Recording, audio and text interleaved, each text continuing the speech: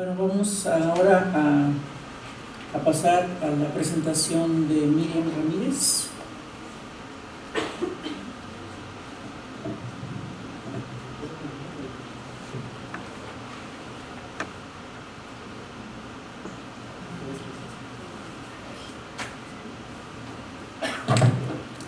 Hola, buenas tardes. Bueno, en primer lugar, pues muchas gracias al PUEG y bueno, estoy muy agradecida por estar en esta mesa, ¿no? El privilegio de compartir la mesa con las maestras y con aquí el compañero. Y bueno, mi ponencia, significados en torno a las identidades LGBT en la niñez, un estudio en grupos de familias diversas. Para empezar esta investigación, bueno, yo me enfoqué a trabajar en dos grupos que se hacen llamar a sí mismos grupos de familias diversas, porque asisten mamás y papás que llegan ahí con la inquietud de saber, bueno, qué pasa con sus hijos, y lo que aprenden en los grupos, madres y padres, es que aprenden a identificar a sus hijas e hijos como lesbianas, gays, bisexuales, transexuales o transgénero. En el contexto de estudio no encontré mamás ni papás que hicieran referencia a hijas e hijos intersex o travestis, y pues yo trabajé en estos grupos aproximadamente un año en cada uno. Ambos grupos son coordinados por una mujer que es la persona que decide, dirige las dinámicas de los grupos y orienta a madres y padres para en torno a todas las preocupaciones que surgen, ¿no?, al saber que sus hijas o hijos son LGBT. Las madres y los padres que llegan ahí son canalizados ya sea por una psicóloga, a través de los medios de comunicación, que son los que influyen mucho para que lleguen ahí, o también por los profesionales de la salud, sobre todo en el área de la sexología, en el área de la medicina o la psiquiatría. Los grupos, bueno, pues ofrecen un apoyo a madres y padres. Por ejemplo, ahí se muestra en la pantalla lo que son dos guías, que son lo que utilizan en los grupos, ¿no? Guías enfocadas a resolver todas las dudas de madres y padres. En la guía que dice ser madre y ser padre en la diversidad sexual, tuve la oportunidad de estar presente cuando se hizo la exposición de esta guía, que fue en la Comisión de Derechos Humanos del Distrito Federal en febrero del 2013. Y bueno, es parte del material que se distribuye en los grupos para madres y padres. Y bueno, prácticamente las preguntas por las que llegan ahí tanto mamás y papás es: ¿por qué mi hija se comporta de esta forma? ¿Qué es lo que le pasa? ¿Qué es lo que tiene? ¿Quién tiene la culpa? ¿Es normal? ¿Es una enfermedad? En algún momento llegan a pensar que es como una locura, ¿no?, pensar que sus hijas o sus hijos son LGBT, porque no es parte de las expectativas. Si bien las expectativas es que tengan hijos y después estas hijas e hijos se casen y después llegan a ser abuelas o abuelos, pues cuando acontece este hecho, ¿no?, de que saben o de que empiezan a identificar o caracterizarlos como LGBT, se rompen una serie de expectativas, ¿no? Parte de las preocupaciones es quién me puede decir cómo tratarlo, ¿no? Hay una inquietud constante en saber que como es diferente, necesita un trato diferente. ¿Quién me puede explicar estos cambios? ¿Se le pasará? ¿A dónde acudir?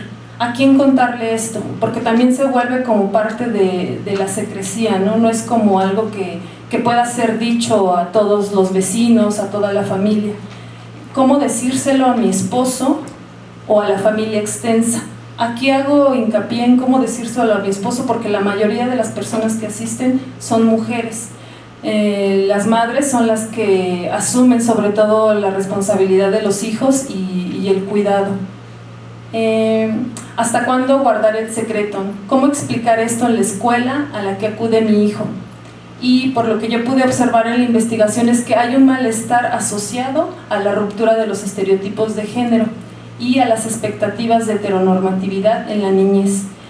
Y una de mis preguntas centrales es: ¿cómo es que con base a los comportamientos de género se llega a caracterizar a niñas y niños como LGBT? Es decir, hay una lectura de los comportamientos que es binaria. Prácticamente se interpreta a niñas y niños sin salir de esta dicotomía, ¿no?, de femenino o masculino.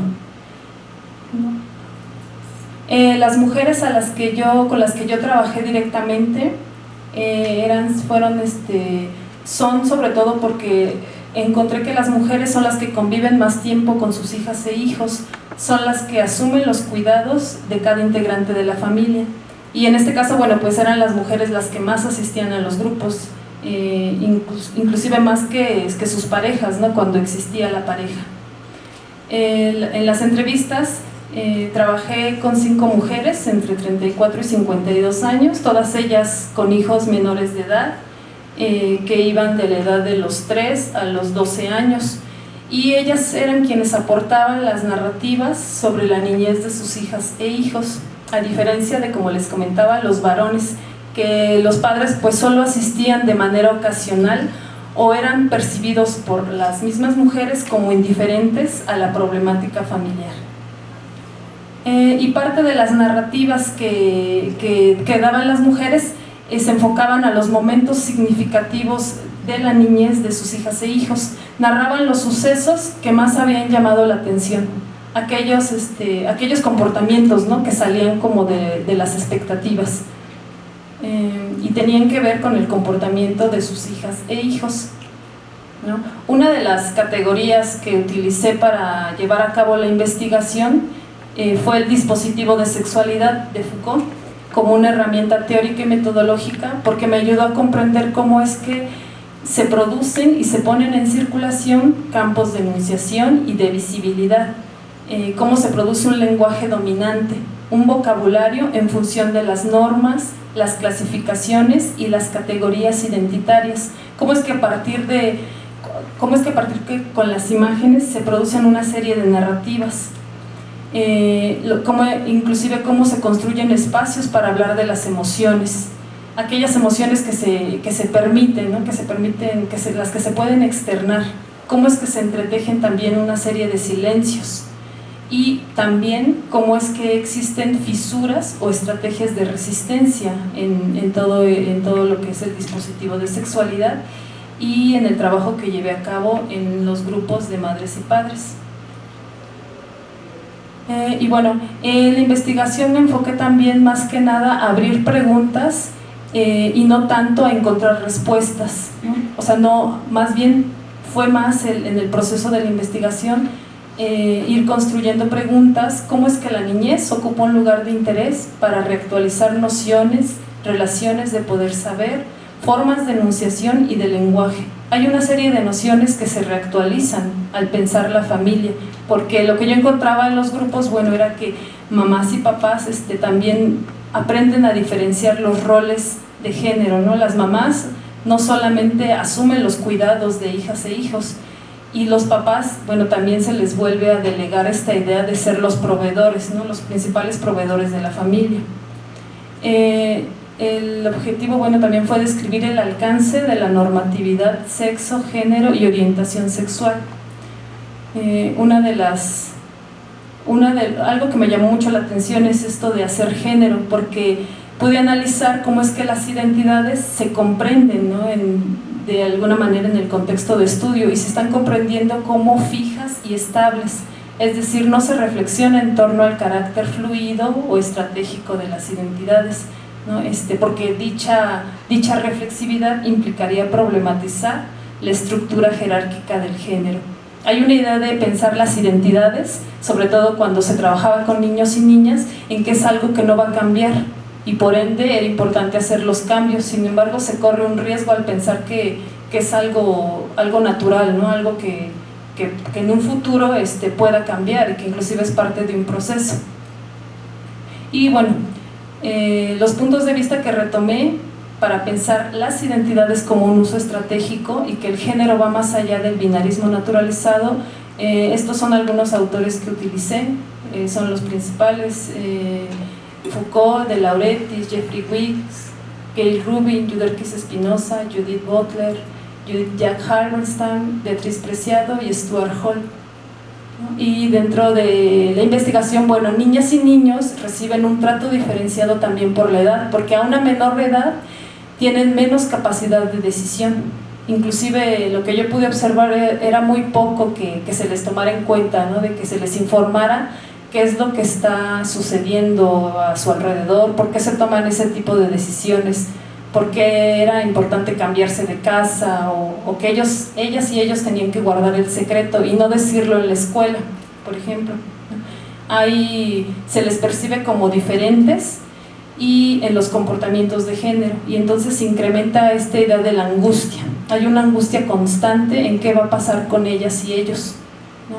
También se les percibe como infantiles, ¿no? Pensando en esta infantilización, como seres de poca capacidad, ¿no? Como sujetos que, digamos, no pueden tener estrategias, no pueden responder inclusive, ¿no? Y lo que yo pude encontrar en la investigación es que si se les pregunta a niñas y niños, pues ellos van creando sus propias estrategias con sus pares, ¿no? Y bueno, también hay una serie de recomendaciones medicalizadas, como es la sugerencia de salir del closet, informarle a la familia en algún momento determinado o a algunas personas en específicas, y adaptarse a un vocabulario como muy puntual, ¿no? que permita caracterizar lo que es LGBT. Y bueno, algunos de los términos que se utilizaban en este contexto eran, para referirse a niñas y niños, eran comportamientos atípicos y variantes de género en la niñez, trastorno de identidad de género en la infancia, niñas y niños trans, niñas marimacho o machorras, niños femeninos y niños homosexuales.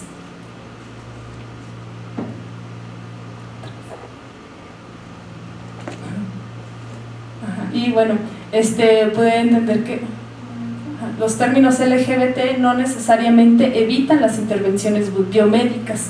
Es diferente a lo que sucede con adultos, ¿no? Con las personas adultas, porque si bien ellos pueden tomar la decisión de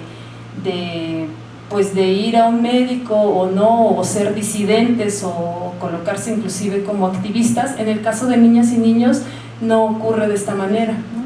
Hay una serie de intervenciones biomédicas y conductuales que se hacen sobre las niñas y los niños y en nombre de su bienestar.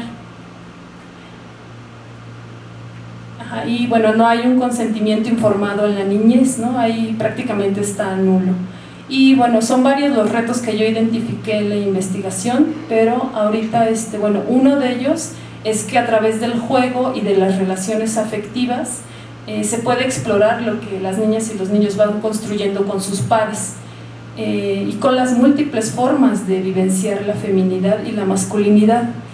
No es que niñas y niños digan que son LGBT o que quieren estar dentro de estas categorías, y bueno, tampoco se puede generalizar, ¿no? No es que todas las personas adultas sepan desde la niñez qué es lo que quieren ser en la etapa adulta. Y bueno, y finalmente otro de los retos es documentarme sobre las estrategias que madres, padres, niñas y niños hacen ante las normas de género, y sobre todo en el contexto local. Y bueno, pues muchas gracias.